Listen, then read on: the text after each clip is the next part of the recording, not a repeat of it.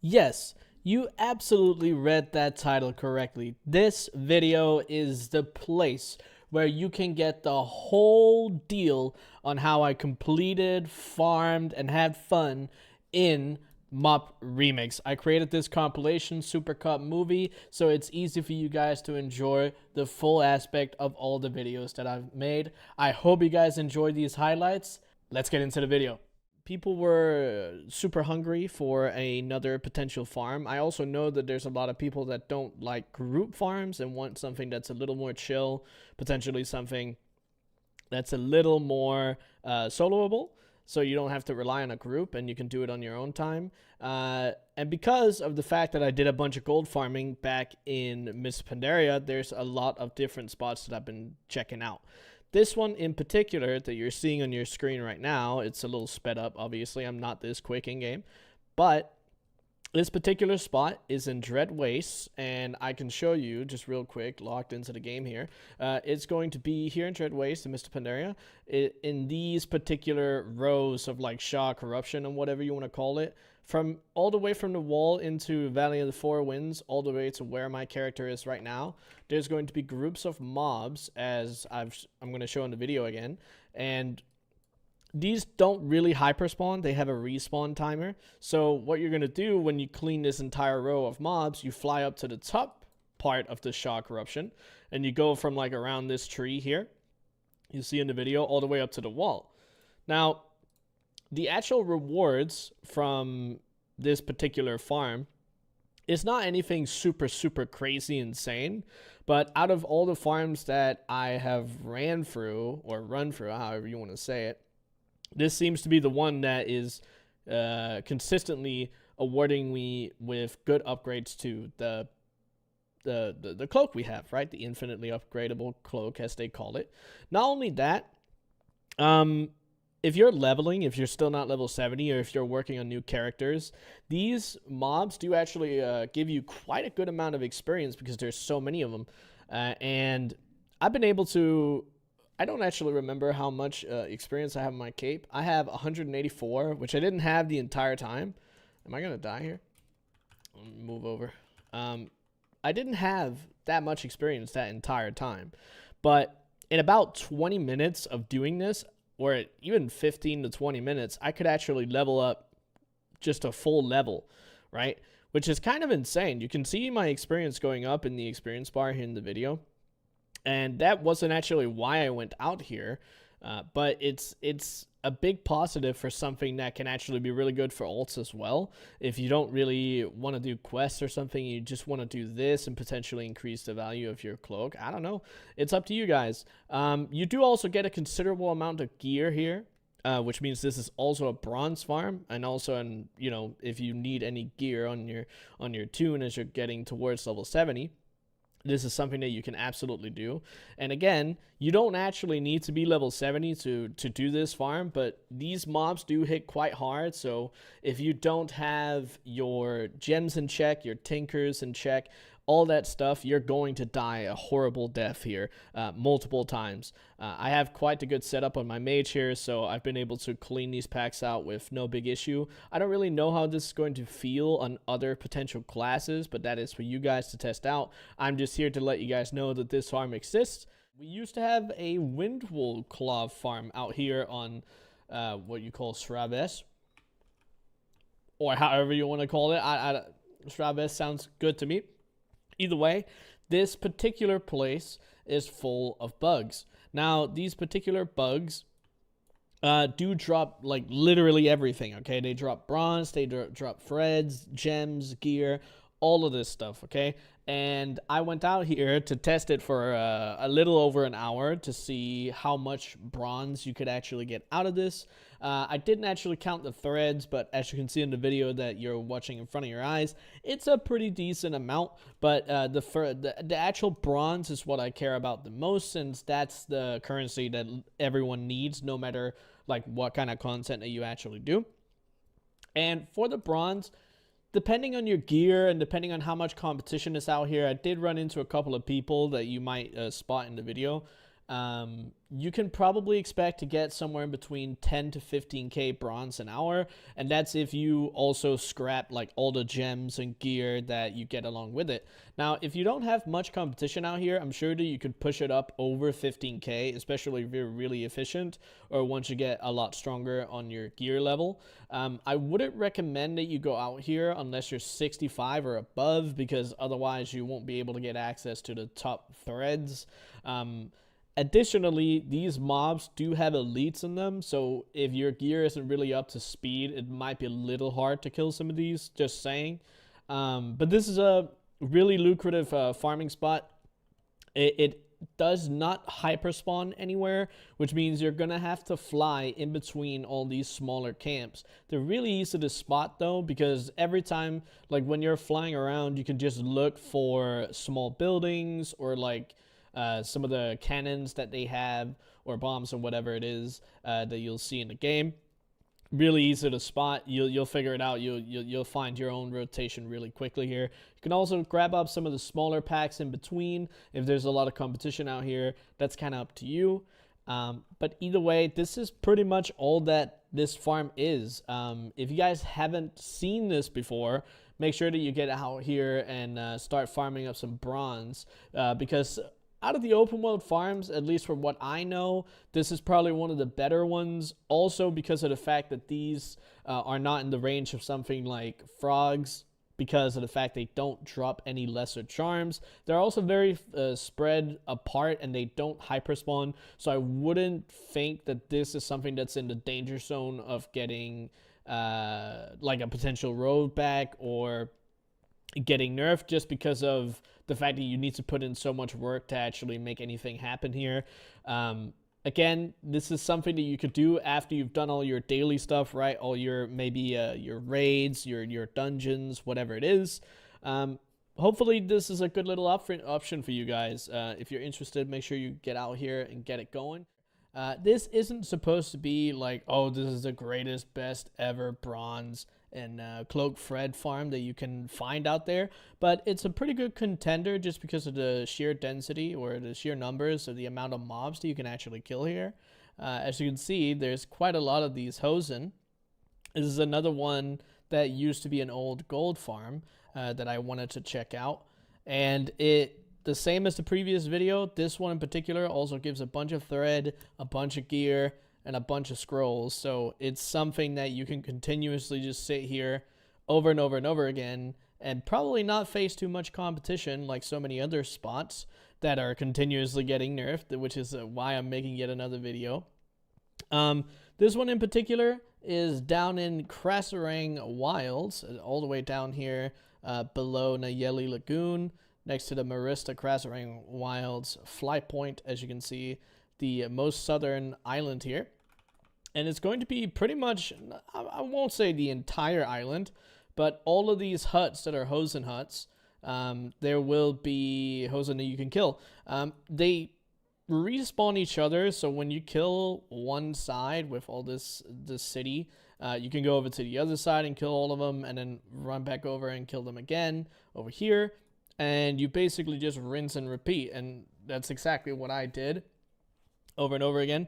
This I'd say this is along the ranges of what the farm in Dread Waste can give you solo. This is a little more dangerous just by the sheer number of mobs here. As you can see, I almost died a couple of times, which is pretty unfortunate.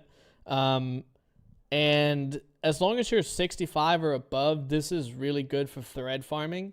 If you're just trying to level and you like leveling through just killing mobs, this is a great opportunity as well.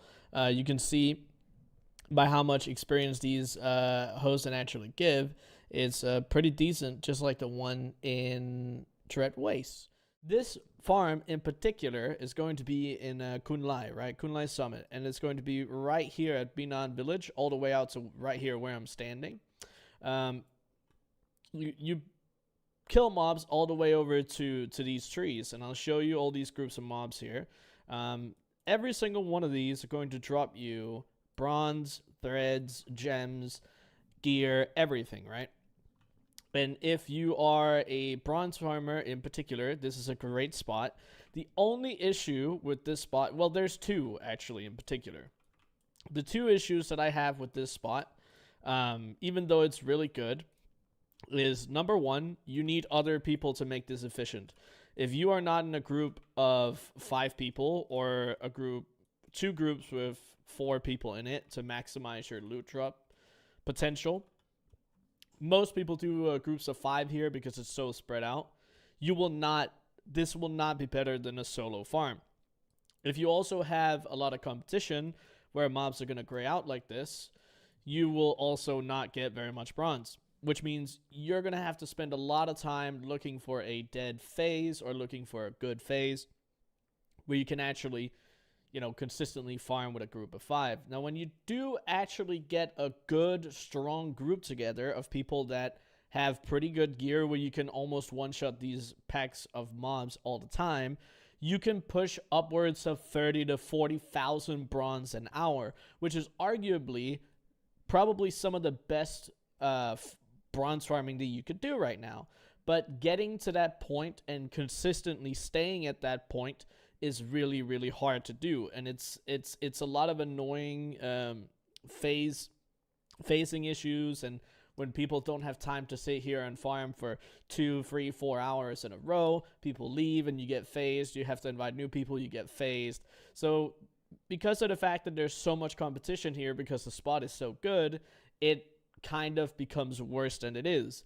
Most groups, if you do this for multiple hours and you have competition with other groups that are farming here, and you have to, do some admin work of finding groups and whatever else, the amount of bronze that you're getting is going to be lower than a lot of solo spots. I mean, I had a couple of hours here where I could get, 30 to 40k, but then I also had 1 or 2 hours where I was barely making 10k. So it's not very consistent because there's so much competition.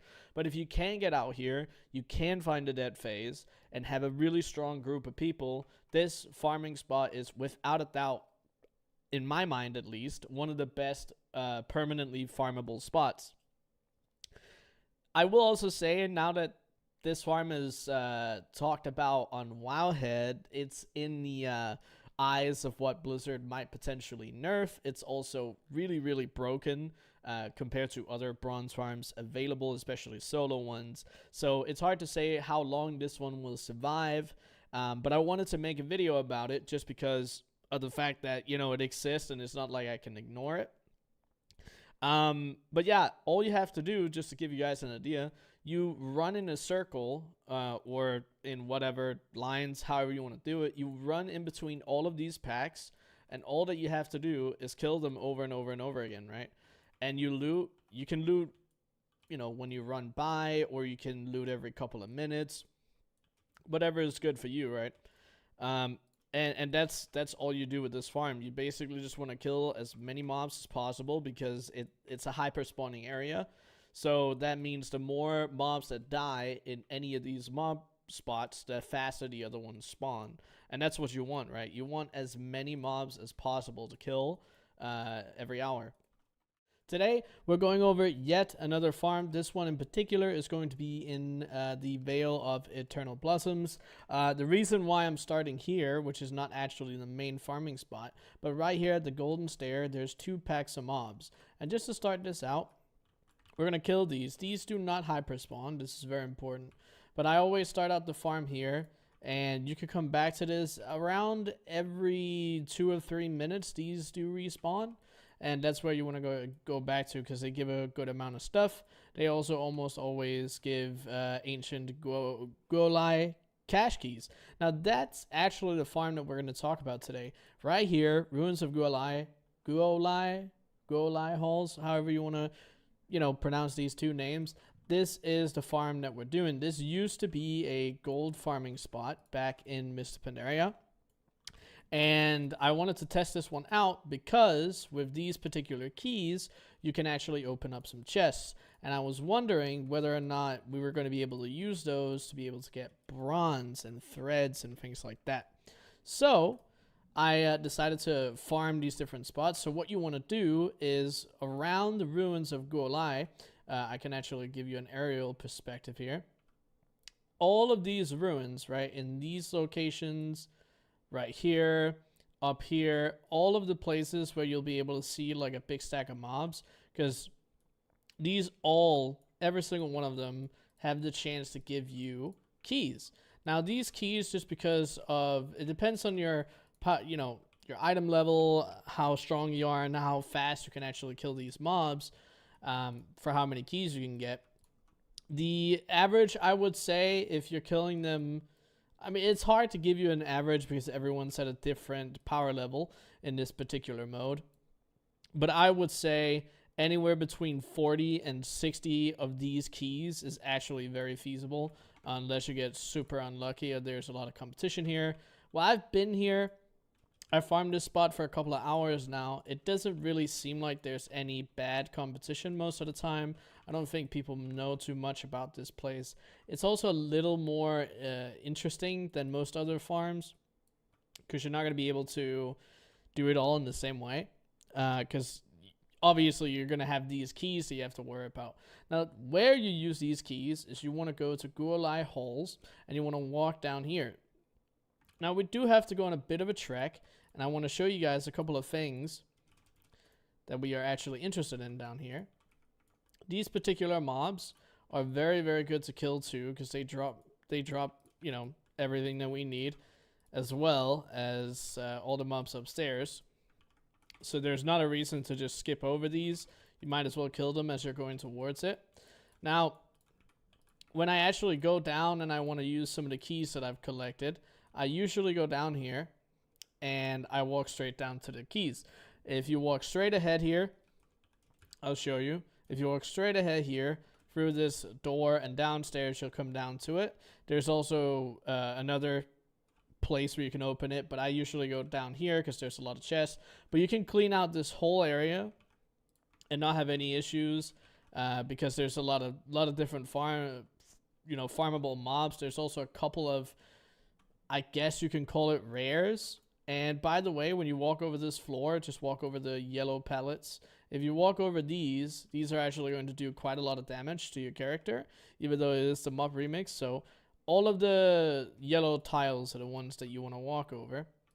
You also want to avoid standing too still in these statues, because these guys are going to do heavy hitting. If you're low on your item level or your cloak power, you will potentially get one shot. Just saying. Now, when we do get down here, you can actually, if you want to, you can kill this guy as well. It's not that important. But you see, right here, these chests, or caches, whatever you want to call them, these right here are the ones we want to use it on. And there's a lot in here. They do take a little bit to respawn, so you might have to run back and forth. But as you can see, they give reputation. We don't really care about reputation, because killing these mobs, you're going to reach Exalted really quickly. Now, right here, you're going to be able to see that we're getting, not only are we getting one of these cache of infinite treasures on every single one, we're also getting one lesser charm of good fortune. Now, you can turn 10 of them in at, you know, the daily quest areas for any of the reputations, and you can get yourself another cache of infinite treasures. It's not really that great, but still, I mean, it's something, and we'll take it. It also does drop gold. Gold doesn't really matter that much in the MoP remix, so I don't care about that too much. But every single one of these that we open, we get a cache of infinite treasures, and that's what we care about. And we also, I mean, you could say every 10 chests, you're getting another cache, which is pretty cool. If you still are not exalted with some of the reputations, I guess you can also, you know, get it from that, which is, you know, like it'll help out some people, I suppose. But just to give you an idea, well, there is actually another individual here. That's all that this farm is. The good thing about this is these are not the only way that you're getting bronze, right? These are not the only way that you're getting threads, because as you're farming for these particular keys, you can actually very easily get enough just by killing all the mobs by themselves, right? All the mobs that you kill while farming the keys are going to give you just as much as any other open world farm. So this is just a nice extra bonus. As for the actual bronze gains per hour, based on the couple of hours that I've been here now, if you scrap all of your gear, you count in all the extra bronze that you get from your caches, and then if you also scrap all the gems and everything like that, this is in the range of the 12 to 15k. I think you could potentially push for 20 if you end up killing these mobs really quickly or you have zero competition. That is maybe something that's possible, but it's something that at least this is a good contender for a lot of other open world farms. I like this one in particular as well because it's a nice it's a nice solo farm, right? Solo farms are some of the better ones, and especially the ones that don't have too much competition, just because there's so many other farms out there like 2x4s that you can queue up for in the group finder, where it'll be something that is so overloaded with people that you probably won't have that much of a great time. And I know a lot of you guys also don't really enjoy having to rely on other people to be able to farm. So something that you can do on the Timeless Isle or the Isle of Thunder is you can use Meteor Chips. And the reason why these are good is, as you can see, you can travel very, very, very far towards rares if that's what you're hunting, or world bosses or something similar. The reason you want to do this is because, especially on the Timeless Isle, you have a 1 minute basically spawn timer after the rare spawns, but if you're on the other side of the zone, you're not going to be able to make it over there. But the Meteor Chip can help you, and the way that you can actually properly use these to help you out a little bit is you can put, if you're a mage, you obviously already have blink, or if you have another ability that can displace you midair, then that's good. The other option you have is putting it into your cogwheel socket, because that will let you use one blink. Now, right after I kill this, I can show you what I mean properly after that first try. We're just going to set a point over here. That way we can see where we're going, and then all we have to do, we click the chip, I fly into a building. Unfortunate. So what you want to do is you can mark any location on the map so you have an idea of where you're going. You click your Meteor Chip, boom, and then we're just going to look at where we're going, right? Okay, we want to land right here. We click blink, and then we're displaced midair.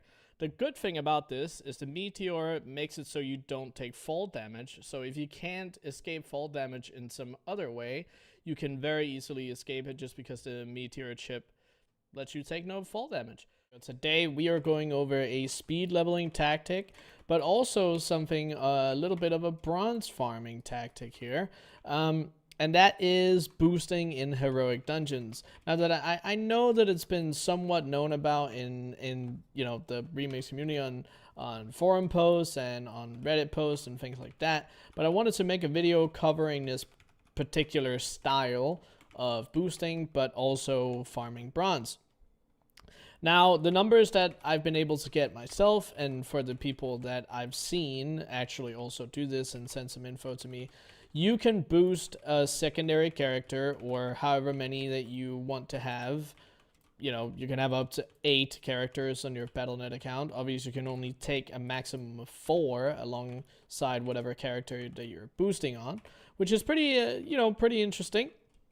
And your two options are maxing out a level 70, which is what I did, also because I've done a bunch of other content on this particular character. You can do a lot with a maxed out character, but the other way of being able to boost in the remix through heroic dungeons is having a level 20. Now, we all know that you can't go any other place than Pandaria currently on the remix, which means you can't really stop your experience, but you can at the same time. You can have an account without game time, or if not without game time, you can have a starter edition account, which also doesn't have game time, but if you've had an account previously that doesn't have game time, you will not be able to get higher than level 20. Now, the good thing about that is you can actually gear out that level 20 and you can just max it out. You can do dungeons, you can do dailies and things like that. So you can actually make that twink over time really, really, really powerful. You can trade over gems, spec out the whole thing. If you've also unlocked all your rings, your trinkets, and your neck, you can also get that on that particular ult, which is super amazing, right? Now, as for the numbers to be able to get to 70, just boosting in heroics, we are looking at anywhere from 2 hours to 4 hours. I myself have been able to do it in about 3, but that's also because usually I slack a little in between. I don't, super hardcore grind it, and my character can still get stronger, which means I can actually still get faster. And maybe I can even make some faster speed builds to be able to go faster through these dungeons. But I don't know. You can probably fine tune it, and that's why I put it at 2 to 4 hours. I think it's more realistic to say that it's 3 to 4 hours, just because of the fact that, not everyone's at the same power level and it takes a bit to get there. But something that you have to be, on the lookout for is on your ult, this is very important because you can min-max the way that you get your experience. And what you want to do is you do not want to loot any of the bosses in these dungeons. Because what that does is it puts all the loot from all the bosses, it drops that in your mailbox. And that means all the bonus experience tokens that you can get. It means all the threads. It means all the bronze that drops. All of that stuff goes to your mailbox. And what you want to do is, after a certain amount of runs, I usually do it around 40. What I would do is I would go in and I would get as much bonus experience that I can on that particular character that I'm leveling, and then I would loot all the experience tokens in my mailbox. And you can just pick through what you have in your mailbox and make sure that you only pick up the threads and not the actual experience tokens, as long as you don't auto loot. And that way you'll be able to min-max as much as possible. It will make it a little faster, but it's not something that's going to make or break it. You can also just loot along the way if that's what you want to do. It's not going to make it that much slower. I know some people have been big fans of actually bringing that character that you're leveling, like this one right here, bringing that through a world tour of raids, because if you do that, then you'll be able to increase the amount of bonus experience that you actually have on your cape. I'm not really that interested in that, so I haven't done that personally myself much. I usually just tend to, I loot what I got from the dungeons and then I just take it from there.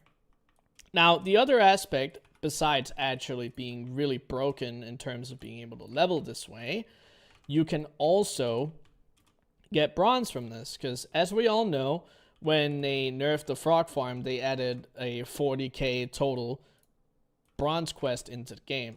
And that is something that you can very easily pick up once you reach level 70 on that ult. So you get that much bronze on an ult. Obviously, that really only matters if you're going for collectibles, because, if you're farming bronze for your main, that won't really work if it's on an ult. But still, it's something that I would at least consider. And as you're leveling as well, depending on your luck, depending on how much you loot, and depending on the kind of content that you do along the way, you'll be able to get an extra maybe 20 to 30k just from scrapping and opening boxes and boss drops basically throughout it.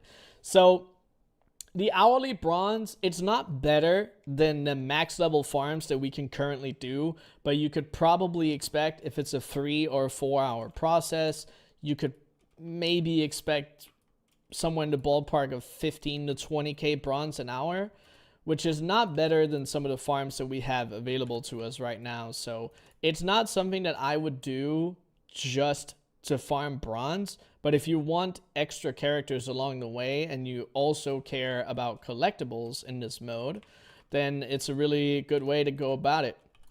Obviously, you do need a second account, and I want to point that out again.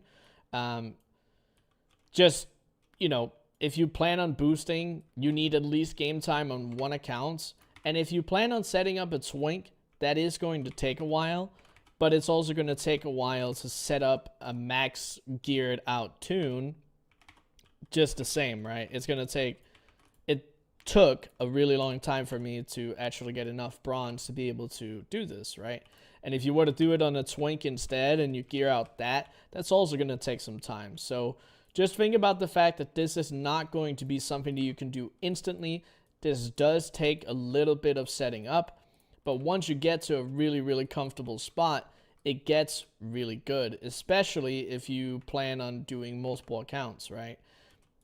If I needed more, if I needed more ults, I could the entire time that I'm doing this, I could bring all 5 of my accounts into a dungeon and I could be boosting 4 characters at a time.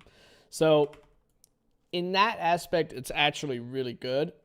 But I know this isn't the best situation for everyone, which is why I only really talk about the fact that you can make a level 20 Twink. I can't even speak. A level 20 Twink. And once you have that, you can boost your main account, right? So you only really have to rely on a starter edition or no game time on a second account, right? So I'm going to go over everything that I do on a daily rotation at the moment to get as much bronze and as much Fred as possible. What I do is I grab my daily quests, I grab my raid bosses, dungeon bosses, and scenarios. And then I start out by obviously queuing up for the random dungeon, not only the normal version, but also the heroic version. You can't queue up for both at the same time, so I usually do one dungeon and then one scenario. The other thing that you can also do, especially if you're any type of hardcore player, you are most likely at max gear by now. Just in case you're not, this is still worth it. Raid Finder is something that a lot of people out there don't really seem like they find it worth it to do, but the completion that you get is 500 bronze, and then this one that gives 100 stats in Freds. And every single boss will give you about like 100 bronze and maybe like 40 to 80 Freds, depending on what kind of a boss it is. And these are super worth it to do because you can run around and do stuff in the open world while you're waiting for these queues.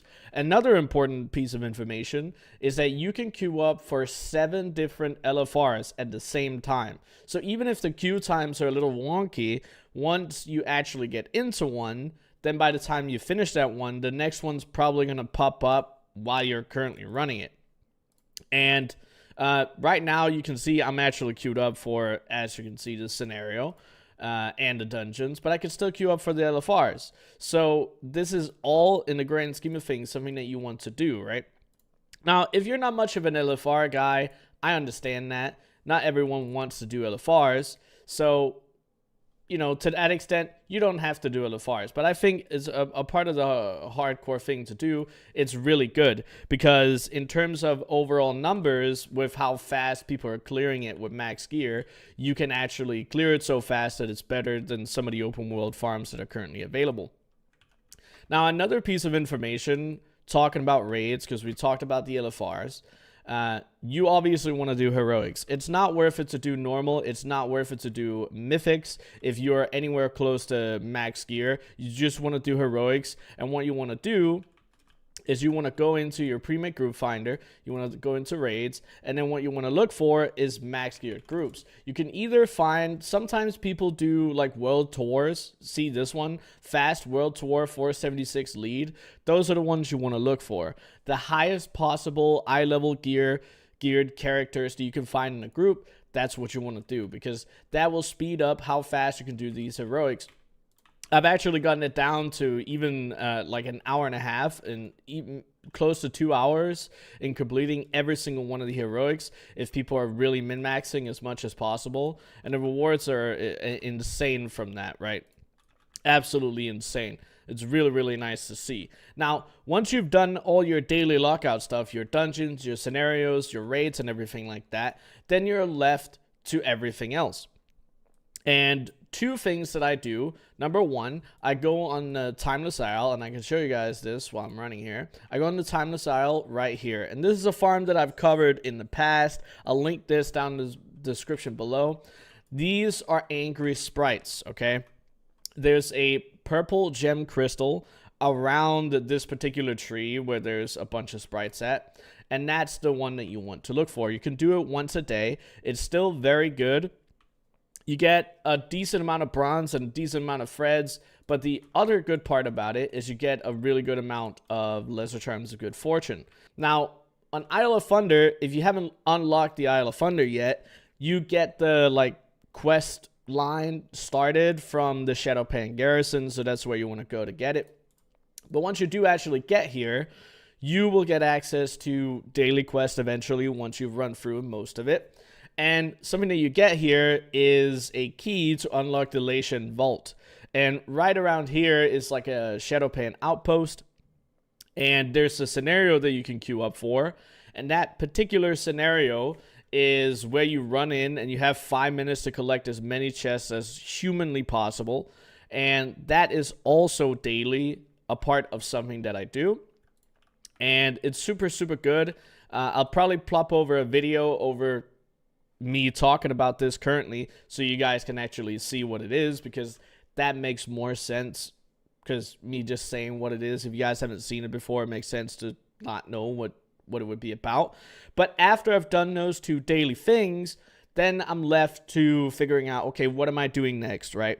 The two most popular ways to farm bronze if you're not doing your daily stuff right now is either level boosting. So boosting in heroics is one. You can get about 3,000 to 3,500 total stats and threads per hour, and that's also alongside like 5 to 6k in terms of bronze. So if you do heroic boosting, it's because you want more ults, right?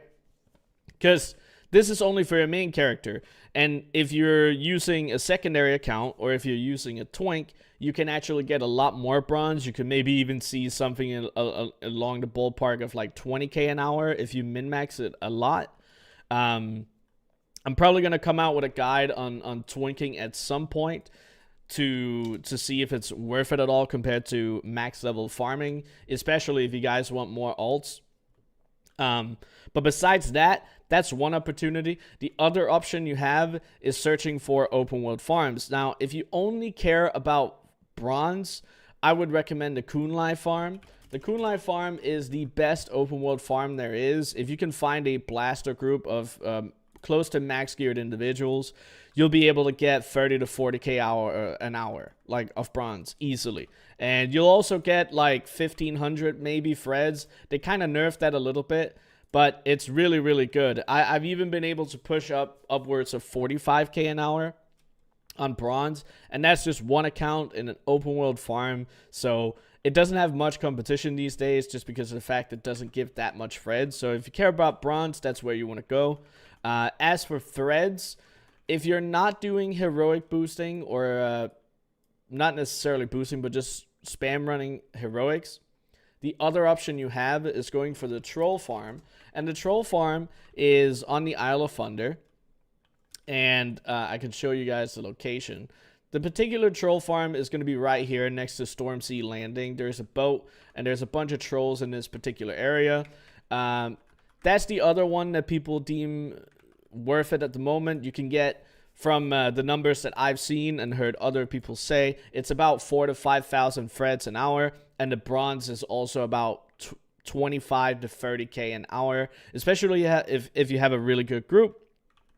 And that's about it. That's what I would deem the hardcore way of bronze farming. Eventually, you're going to get everything with bronze way before you get to any significant amount of threads. You can see at the moment, I'm at 176,000 stats on my cloak, and I'm almost at the point where I've bought everything on bronze. At this point, it's only a matter of me increasing the amount of threads that I have, right? Or collecting open world drops that are available on the Timeless Isle or the Throne of Thunder. If you're wanting to put together The War Within alt army, or you just want to build up the alt army that you already have, or you just want to level a couple of characters, in the pre-patch for The War Within, the new expansion, Blizzard is nerfing the experience requirements for 60 to 70. But to start, I'm actually going to talk about a couple of things that I'm doing myself to prepare for the fact that these nerfs are coming. Now, most of you know that Mr. Pandaria Remix, MoP Remix, whatever you want to call it, has been a thing for quite some time now, about a month, depending on when you watch this video. And we know for a fact that the MoP Remix event is going to overlap with at least some of the pre-patch. We don't know exactly when the pre-patch is going to release, at least not at the time of making this video, but we're definitely going to have multiple weeks with the MoP Remix inside of the pre-patch as well. And one thing the MoP Remix is really, really good for is leveling alts, right? And if that part, 60 to 70, is going to be a lot faster, then we can use this to our advantage. There's a couple of different ways that I'll talk about now, so you guys can get into the different ways of doing it. Number one is, if you guys are just doing a solo account, then obviously you just level as normal. You do your dungeons, you do your raids, you do everything solo, and that's completely fine, right? Nothing changes except the fact that it's going to go much faster. Now, if you're like myself and you have multiple accounts, or, you know, whether it's 2 accounts, 3 accounts, 4 accounts, or 5 accounts, you can actually use this to your advantage and already start preparing for it now. Whether or not you've played MoP Remix a lot doesn't really matter, because on a starter edition account, you can have a level 20 toon. This is something that a lot of people have talked about, Twink per se, and you can power up this level 20 starter edition account, and you can do dungeons with this all the time, right? It doesn't end. You can do this continuously, and these Twinks are going to get to a point where you can easily solo dungeons, whether it's normal or heroics, right? They can also do scenarios, but most of the time when you're boosting, you're just doing dungeons. The good thing about having a Twink like this is because of the fact that it stays at level 20. It cannot go higher. So you don't get the Siege of Nassau, the really long dungeon with the tower defense boss or whatever. That increases the time that it actually takes to boost someone in dungeons by a lot. So if you have a Twink, that's actually going to lower the amount of time that it takes to boost someone. Also, if you're just trying to farm bronze or you're trying to farm threads for a main character, this is a really good option. If you have 5 accounts, right, or even if you have less than that, you can use this character, and then all your other accounts will be free to use for boosting. The other option is using a very geared level 70 that you already have, and you could boost with that. In case you don't want to do a Twink, or you don't want to do a starter edition account, I also understand that. But that will obviously remove one potential spot to level more characters in. So just something to keep in mind. And the reason why Twinks are really good and why you can work on this right now is because recently, and I made a video about that as well, Blizzard buffed the bronze. Well, bronze is a little, you know, it doesn't really matter for the Twink, but they did buff the caches of bronze, and then they also buffed how much threads you gain from the Spools of Eternal Thread, and they buffed it by 200%. So right now, what I am doing every day is I do the first dungeon of the day in both normal and heroic, and I also do it for scenarios, because that gives me quite a lot of spools, and it increases the strength of my Twink by a lot, right? And if we could expect from the time of recording this video that we maybe see the pre-patch in about a month, this Twink is going to be able to one-shot absolutely everything in dungeons. So it'll be insanely fast. To actually talk about these wonderful leveling changes, there's a post here that Icyveins made. It could also be from Wowhead, but this is the first one that I saw. So we're going to look at this one. And they made a little graphic design here to show you guys what the experiment experience requirements currently are, and then what they're going to be. So the red line is how much it actually was, or how much it actually is right now, and then you can see that the blue line is the war within. So you can see the difference in the amount of experience is insane. They also say here it's going to be 54, just under 54% less experience in total compared to live servers. So you can imagine if you can boost an alt at the moment around 2 hours, maybe 2.5 hours is how long it takes from level 1 to 70, you can potentially lower that to maybe an hour. So this is a huge difference. And this is going to be very, very, very awesome.